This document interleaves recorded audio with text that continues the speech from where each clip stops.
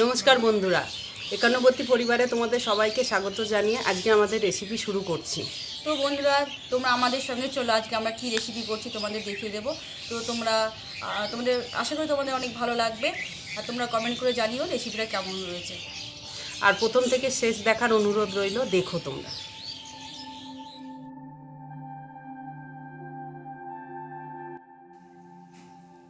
এইভাবে একবার তোমরা ইলিশ মাছটা রান্না করে দেখো, স্বাদে গন্ধে ঝাঁঝে অতুলনীয় হয় খেতে।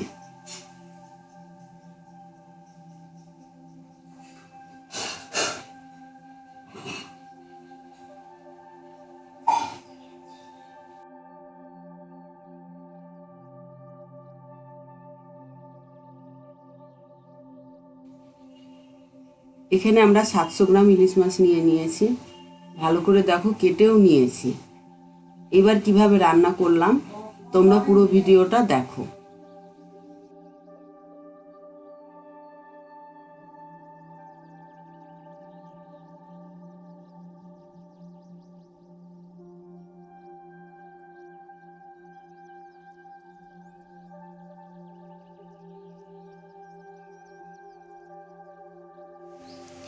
মাছগুলো ভালো করে ধোয়া হয়ে গেছে। এবার আধ ঘন্টা আগে আমি নুন আর হলুদ মাখিয়ে রেখে দেবো।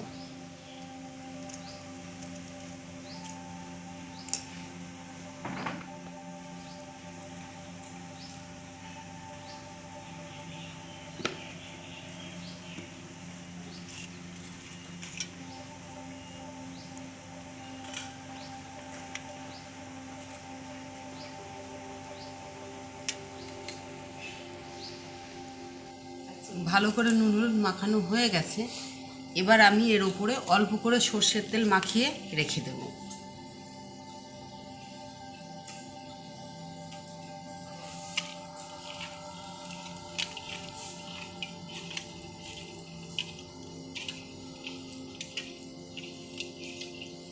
তেলও মাখানো হয়ে গেছে।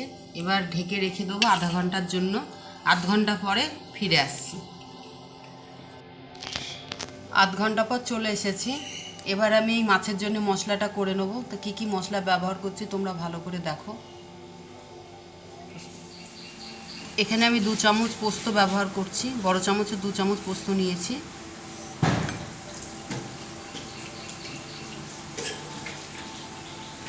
একটু কাঁচা লঙ্কাটা বেশি ব্যবহার করছি, কাঁচা লঙ্কা দিয়ে দিচ্ছি। এখানে 4 চামচ সাদা সর্ষে ব্যবহার করছি।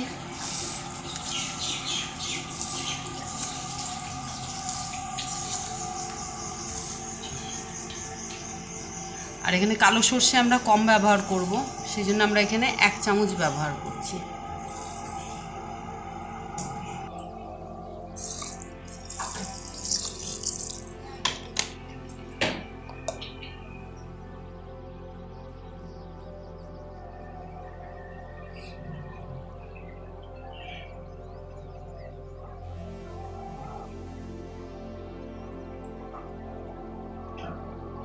আমি এখানে মাছগুলো আলাদাভাবে মেখে নিচ্ছি, ভালো করে মেখে নেব।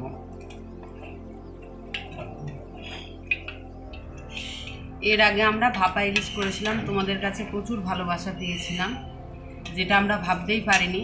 আশা করি তোমরা এবারও আমাদের ওইভাবেই ভালোবাসা দেবে, সেটাই আমরা আশা করছি তোমাদের কাছে। সর্ষে বাটাটা করেছিলাম, সর্ষে পোস্ত, সেটাই আমি এখানে দিয়ে দিচ্ছি। এবার মাছটা যে পাত্রে মাখা ছিল সেই পাত্রে একটু জল দিয়ে আমি গুলিয়ে সেই জলটাই মাছের মধ্যে দিয়ে দিচ্ছি। তার মধ্যে একটু হলুদ দিয়ে দিয়েছিলাম। এবার এর মধ্যে একটু স্বাদ আনার জন্য একটু চিনি দিয়ে দিচ্ছি। সামান্য পরিমাণ নুন দিচ্ছি, যেহেতু মাছে লবণ মাখানো আছে সেজন্য এখানে আমি অল্প পরিমাণ ব্যবহার করছি। কাঁচা সর্ষের তেল দিয়ে দিচ্ছি।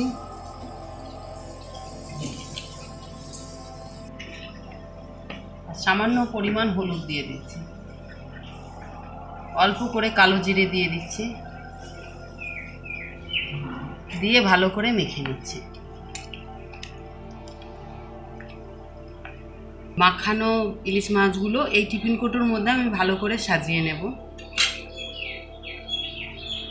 তার আগে অল্প করে একটু সর্ষের তেল আমি মাখিয়ে নেব।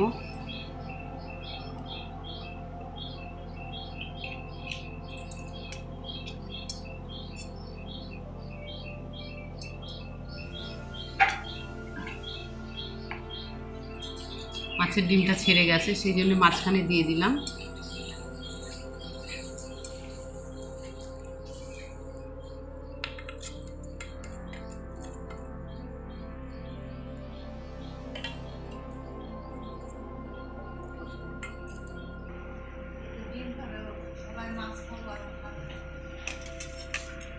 এবার আর একটা জিনিস করছি, এই হাতাতেই একটু সর্ষের তেল,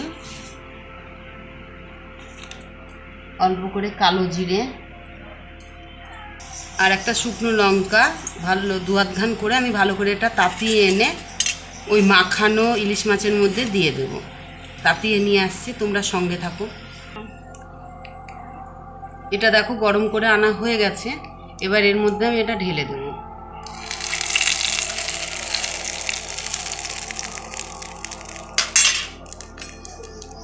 আর এখানে 4টে কাঁচা লঙ্কা আমি চিড়ে নিয়েছি, এর মধ্যে দিয়ে দেবো, সাজিয়ে দেবো।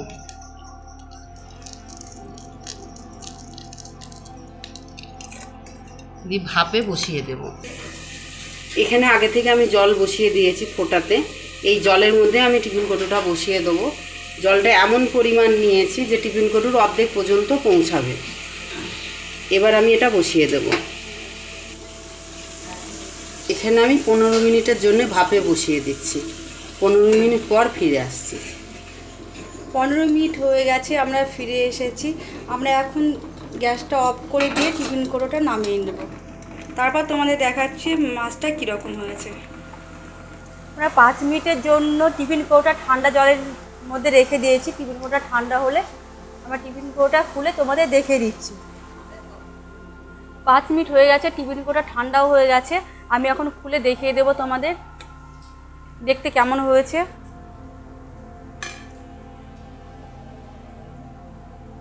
দেখতে অসাধারণ হয়েছে, খেতে তো ব্যাপক সুন্দর হবে।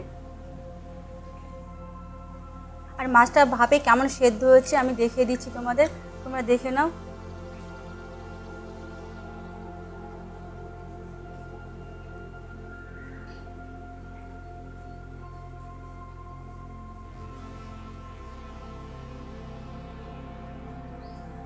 আমরা গরম ভাতের সাথে ইলিশ মাছটা পরিবেশন করব।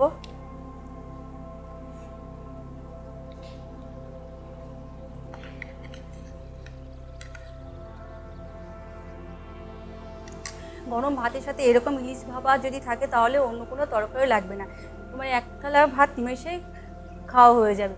আর এই বর্ষার সময় তো ইলিশ মাছ পাওয়া যায় আর খুবই সুন্দর লাগে। আমি একটু ডেকোরেশন করছি, তোমরা দেখে নাও।